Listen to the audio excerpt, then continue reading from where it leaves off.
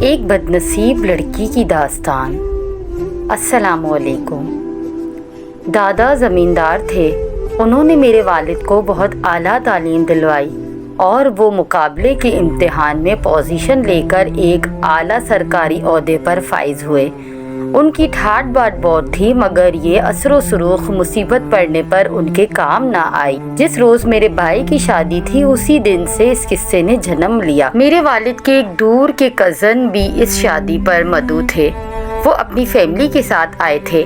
ان کا ایک بیٹا جو 22 برس کا تھا نہایت خوبصورت تھا۔ اس کا نام علیم تھا۔ اس کی شہرت اچھی نہ تھی۔ جب اس کا رشتہ میرے لیے آیا تو والد صاحب نے انکار کر دیا۔ ہماری برادری کے کچھ لوگ ابو سے درخواست کرنے آئے کہ یہ رشتہ منظور کر لے۔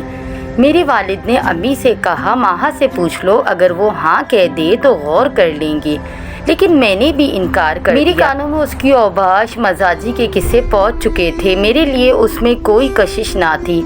ایک روز اس نے مجھے فون کیا اور شادی کی درخواست براہ راست کی، تو میں نے جواب دیا مجھے تمہارے ساتھ عمر بھر کا سفر منظور نہیں ہے۔ اب اور زیادہ مجبور مت کرنا، میں مر جاؤں گی مگر تم سے شادی نہیں کروں گی۔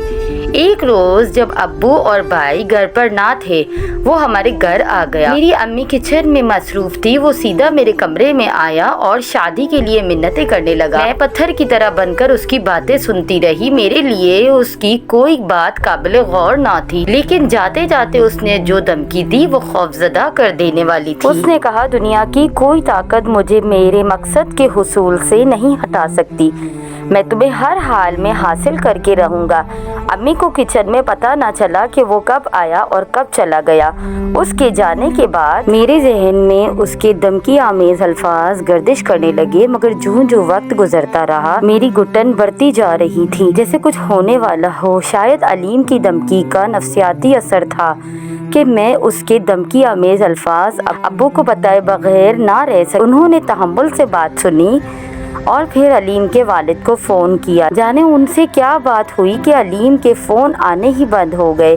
اس کے فون حد درجہ ڈسٹرب کر رہے تھے اور پڑھائی نہ ہو پاتی تھی۔ میں نے سکھ کا سانس لیا۔ انہی دنوں جبکہ امتحان سر پر تھے چچا کے بیٹے کی شادی کا بلاوا آ گیا۔ سارے گھر والے شادی پر جا رہے تھے اور میں عجیب الجھن میں تھی کہ کیا کروں، امتحان کی تیاری کروں یا شادی اٹینڈ کروں۔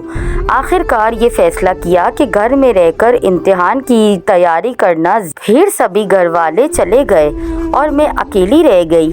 ایک دن بعد ہی چچا مجھے لینے آ گئے۔ تب عافیت اسی میں جانی کہ چلی جاؤں، کیونکہ گھر میں تنہا رہنا بھی مناسب نہ تھا۔ اور چچا زاد بھائی کی شادی کے تیسرے روز میں نے والد سے کہا کہ مجھے واپس گھر لے چلے، پڑھائی کا حرج ہو رہا ہے۔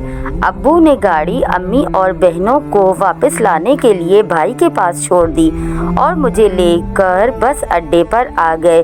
ابھی ابو اور بھائی آپس میں بات کر رہے تھے کہ ایک جیپ اور گاڑی ہمارے سامنے آ کر ٹھہر گئی۔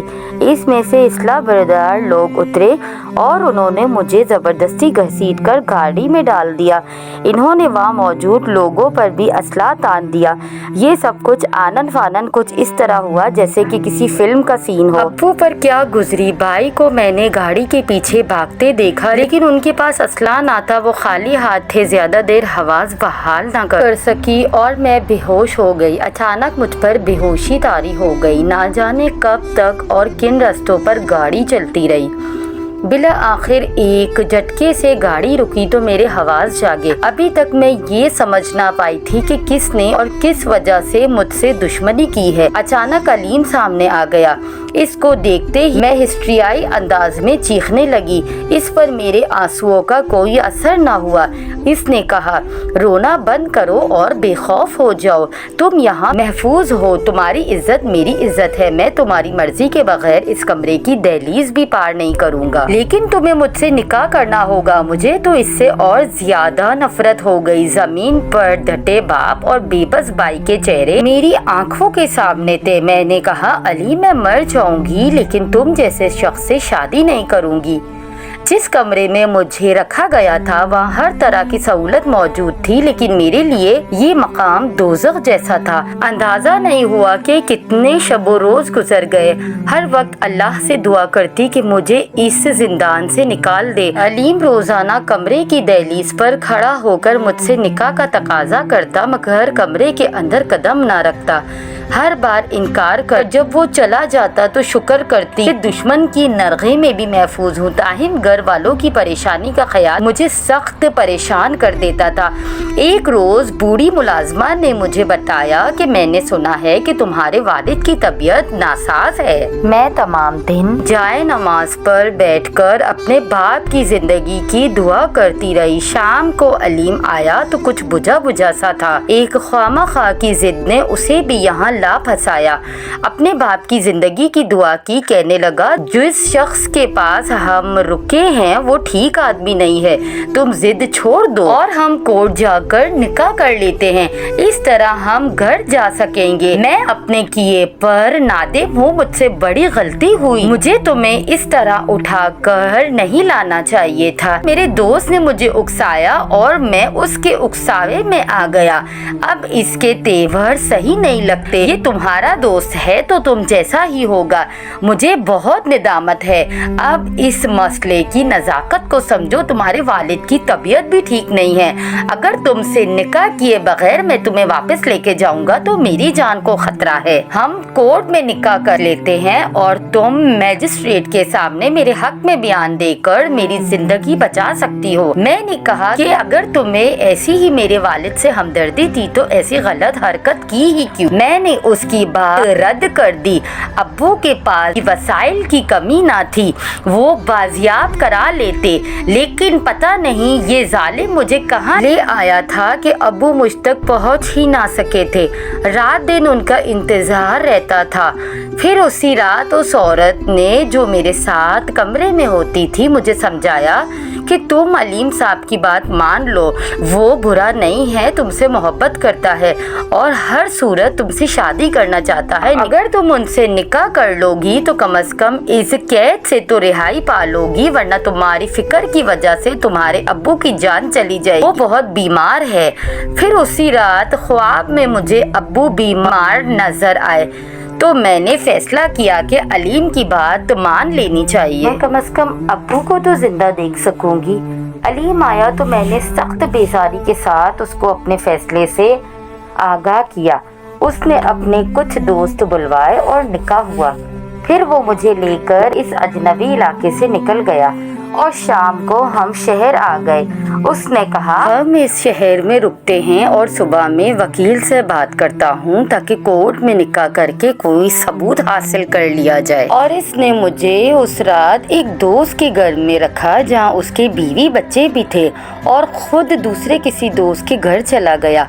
उसने कहा कि अभी मुझे तुम्हारी और अपनी हिफाजत मतलूब है। अलीम का ये दोस्त मेरे भाई का हमशक्ल था।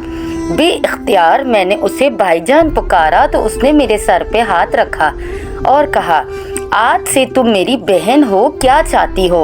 अपने वालिद से बात करना चाहती हूँ। मैं उनको तसल्ली देना चाहती हूँ कि मैं खैरियत से हूँ। वो बीमार हैं और मुझे एतबार नहीं है अलीम पर। वो मुझे मेरे घर वालों से मिलवाए कि ना मिलवाए। उसकी बीवी ने तसल्ली दी कि खातिर जमा रखो और जब वो बाहर चला गया तो दोस्त की बीवी ने मुझसे नंबर पूछकर फोन मिला दिया। मेरी अम्मी से बात हो गई। अलीम कुछ इंतजामात के लिए गया हुआ था। वो रात मैंने जाकर गुजारी थी। सुबह जब हम कोर्ट पहुँचे तो वहाँ भाई पहले से मौजूद थे। अलीम हैरान और परेशान हो गया। बेशक हमारा निकाह मौलवी साहब ने ज़बानी पढ़ाया था मगर कानूनी तौर पर रजिस्ट्रेट नहीं हुआ था। तभी कोई नहीं मान रहा था कि हमारा निकाह हुआ है। जब हम मैजिस्ट्रेट के रूबरू हुए मैंने बयान भाइयों के हक में दिया और अलीम वहीं गिरफ्तार कर लिया गया। उसके बिरादरी के बड़ों को फोन कराया तो वो वहां आ गए और मामले को मसलहत से हल कराने की कोशिश की। अलीम के वालिद ने मेरे भाइयों की बहुत ज्यादा मिन्नत समाजत की। उसकी बिरादरी के दबाव से भाइयों ने सुलह तो कर ली मगर अलीम को रिहाई दिलवा कर भाई मुझे अपने साथ घर ले आए। मैं खुश थी कि जैसी गई थी उसी तरह महफूज वापस आ गई। अगले ही लम्हे ये खुशी खाक में मिल गई जब पता चला कि अब्बू फौत हो गए हैं। इस खबर ने मुझे निढाल कर दिया। मैं बिस्तर पर ढह गई। इस हालत में भी रिश्तेदारों की चहमा गोइयां मेरे कानों तक पहुंचने लगी कि ये लड़की अपने वालिद और भाइयों की आंखों में धूल झोंक कर घर से भाग गई थी। अब ना जाने किस हाल में वापस आ गई है। मैं किसी को यकीन ना दिला सकी कि मैं बाअस्मत वापस आई हूँ और मेरे दुश्मन ने मुझसे वो दुश्मनी नहीं की जो अक्सर कर जाया करते हैं। इस माशरे के लोग किसी दूसरे की बहन बेटी के मामले में पत्थर के हो जाते हैं। मैं कई रोज घर से गायब रही थी और ये बात मेरी जिंदगी के बुर्राक दामन पर ऐसा दब्बा साबित हुई कि मेरे आंसू भी इसे ना धो सके। मेरे भाई भी मेरे गम में बदल गए थे। रफ्ता रफ्ता सब बहनों की शादी हो गई मगर मेरा रिश्ता कहीं ना हो सका। मुझे ना करदा गुनाह की ऐसी सजा मिली कि मैं आज तक तन्हा हूँ, जबकि भाई बहन सब अपने अपने घरों में आबाद और खुश हैं। एक माँ थी जिसके साथ निभाहा था वो भी ना रह सकी। बाद में रिश्तेदारों ने कोशिश की कि अलीम से बाकायदा मेरी शादी हो जाए मगर उसने इनकार कर दिया। मैं नहीं जानती मेरी जिंदगी उजाड़ने वाले ने क्यों इनकार किया।